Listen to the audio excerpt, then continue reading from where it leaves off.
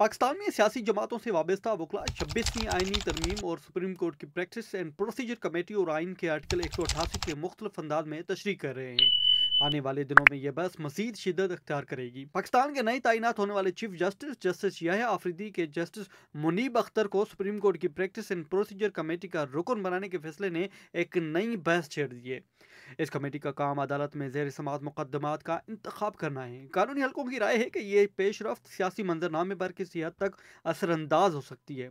कुछ हल्के समझते हैं कि 26वीं आइनी तरमीम के बाद इस कमेटी की अहमियत कम हो चुकी है, जबकि बाद सीनियर वकला का ख्याल है कि कमेटी अब भी नजरसानी दरख्वास्तों, खास तौर पर आइनी नोयत के दरख्वास्तों की सुनवाई से मुतल्लिक फैसले दे सकती है। इस वक्त सुप्रीम कोर्ट के PTI को मखसूस निश्चित देने के फैसले के खिलाफ इलेक्शन कमीशन ऑफ पाकिस्तान की नजरसानी दरख्वास्त हुकूमत के लिए खास अहमियत की हामिल है। इससे पहले सुप्रीम कोर्ट की प्रैक्टिस एंड प्रोसीजर कमेटी ने PTI की मखसूस नशिस्तों से मुतालिक नजरसानी दरख्वास्त को समाअत के लिए लेने से इनकार किया था। उस वक्त जस्टिस मुनीब अख्तर कमेटी का हिस्सा थे। बाद में साबिक चीफ जस्टिस जस्टिस काजी फाइज ईसा ने जस्टिस मुनीब को कमेटी से हटा दिया था और जस्टिस अमीनुद्दीन को, जो सीनियरिटी में चौथे नंबर पर थे, कमेटी में शामिल कर लिया था। बाज़ हल्के समझते हैं कि जस्टिस ईसा ने यह इक़दाम कमेटी में अक्सरियत हासिल करने के लिए उठाया और एक हम ख्याल जज को शामिल करके मुखालिफ नजरियात रखने वाले जज को हटा दिया। ये बात काबिल जिक्र है कि justice Munib Akhtar Supreme Court के 3 सीनियर तरीन जजों में से एक है।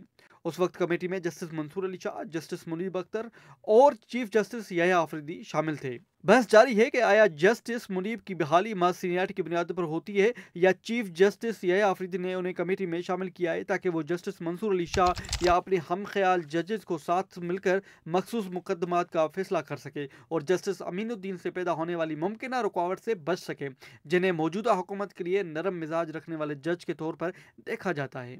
बाज़ कानूनी हलकों का ख्याल है कि 26वीं आइनी तरमीम के बाद ये फ़र्क ज़्यादा असरअंदाज नहीं होगा। कमेटी का किरदार अब उमूमी मुकदमात तक महदूद हो गया है और आइनी नोयत के केसों को नहीं सुना जा सकता, जैसा कि 26वीं आइनी तरमीम में फराहम किया गया है।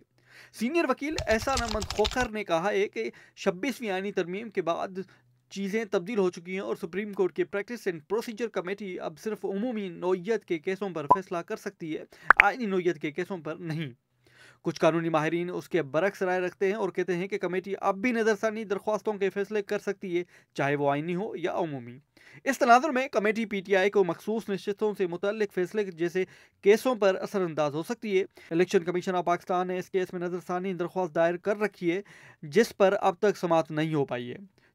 साबिक चीफ जस्टिस इस दरख्वास्त को समाअत के लिए लेना चाहते थे, लेकिन कमेटी में मौजूद उनके साथियों की अक्सरियत ने उन्हें रोक दिया था।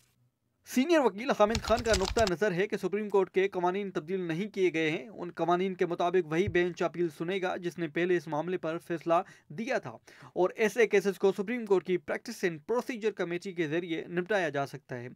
हामिद खान का कहना है कि आइन का आर्टिकल 188 जो नजरसानी और दरख्वास्तों से मुतल्लिक है, तब्दील नहीं किया गया, लिहाजा नजरसानी अपीलों से मुतल्लिक पुराने कवानीन ही लागू रहेंगे। मुस्तकबिल में आइनी केसेस के लिए आइनी बेंचेज और मुतल्लिका कमेटी बनाई गई है। आइन के आर्टिकल 188 में कहा गया है कि सुप्रीम कोर्ट को यह अख्तियार हासिल होगा कि वो किसी भी फैसले या अपने जारी करदा किसी भी हुक्म पर मजलिस शुरा यानी पार्लियामेंट के किसी एक्ट और सुप्रीम कोर्ट के बनाए हुए किसी भी कवायद के ताबे रहते हुए नजरसानी करे।